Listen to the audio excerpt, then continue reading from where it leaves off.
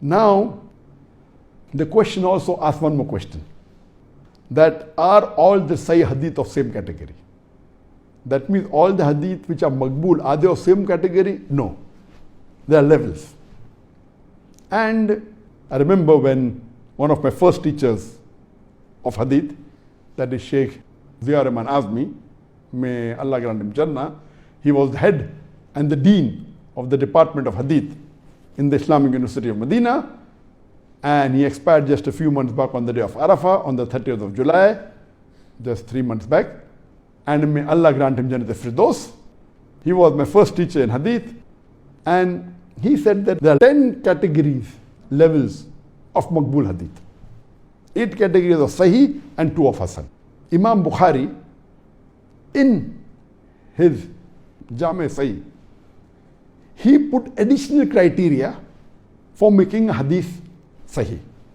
Besides the 5 criteria which I discussed, Imam Bukhari put in additional criteria which are stricter. Then only said, I will include in my Jami Sahih. I'll give you an example. Normally for hadith to be Sahih, the narrator should be of a minimum level of category 5.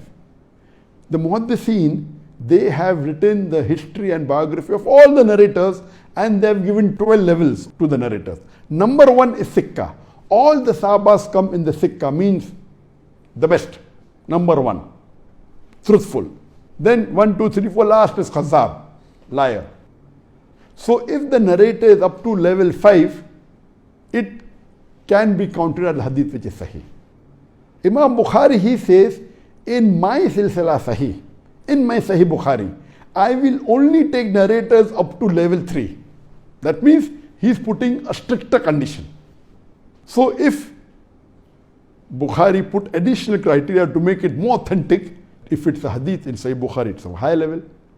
Imam Muslim, who was a student of Imam Bukhari, he put few additional criteria of his own. He said, I will take narrators only up to level 4. 4 and above. Bukhari said 3 and above, 1, 2, 3. Muslim said, I will take up to level 4. I will not take level 5. His additional criteria. So, the Muhaddithin, they say that number 1, the highest hadith is that hadith which is muttafiq alayh. That means the hadith which was compiled by Bukhari, and he said it is Sahih in his Sahih Bukhari, and the hadith which were compiled by Imam Muslim in his Sahih Muslim, and it occurs in both of them.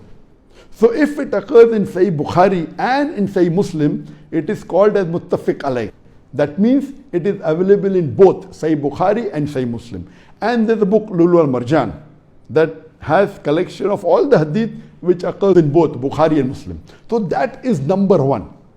The hadith that is present in both Bukhari and Muslim, that is the highest level, number 1. Number 2 is the hadith which are present in Sahih Bukhari. Number 3 are the hadith which are present in Sahih Muslim. Number 4, the Muhaddithin, they say that Imam Bukhari was not able to analyze all the hadith.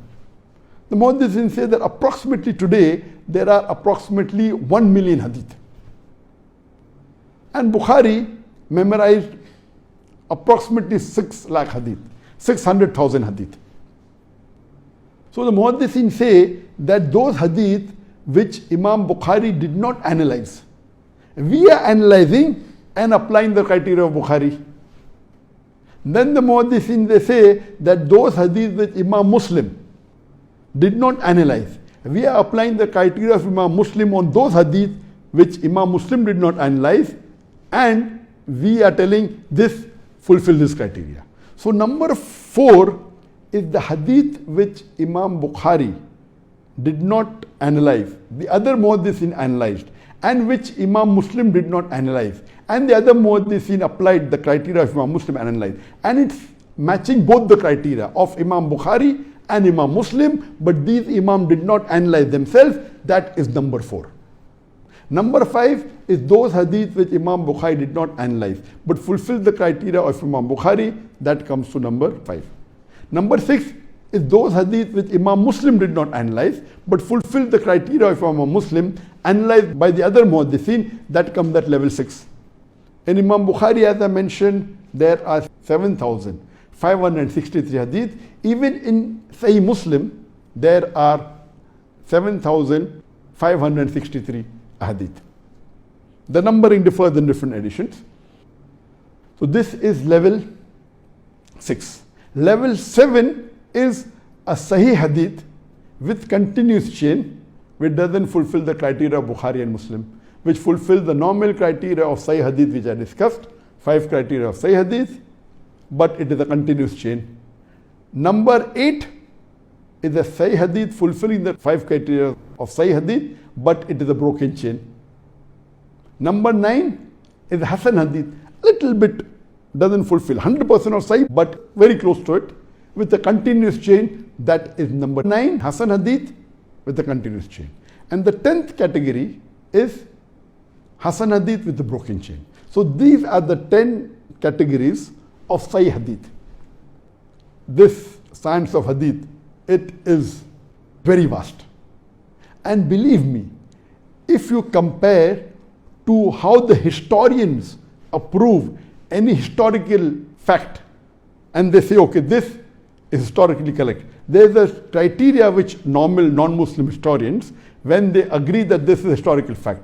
But the criteria put by the muhaddithin for a hadith to be sahih is multiple times stricter.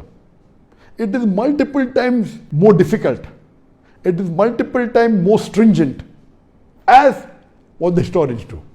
That's the reason if for a hadith to be sahih, I just told you the brief of it. It's not that easy. Every narrator, his history has been written. There's a rijal, all in detail. It is so difficult. It is such a minute study that if the muhaddithin, when they give a verdict, there can be a minor difference. There cannot be someone saying it's a very high category, someone saying sahih, the other saying mawdu. It's not possible. It may differ level 1 hadith or level 2. 1 or 2 level may differ, that's it.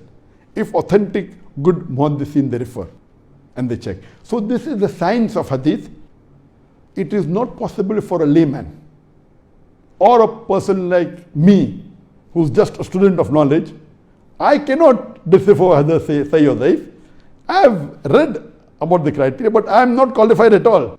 So this, to classify whether the hadith is sahih or dhaif or mawdu or which level of sahih, it is the work of a muhaddith, specialization. And in the recent time, one of the famous muhaddith, as I mentioned, was Sheikh Nasruddin Albani.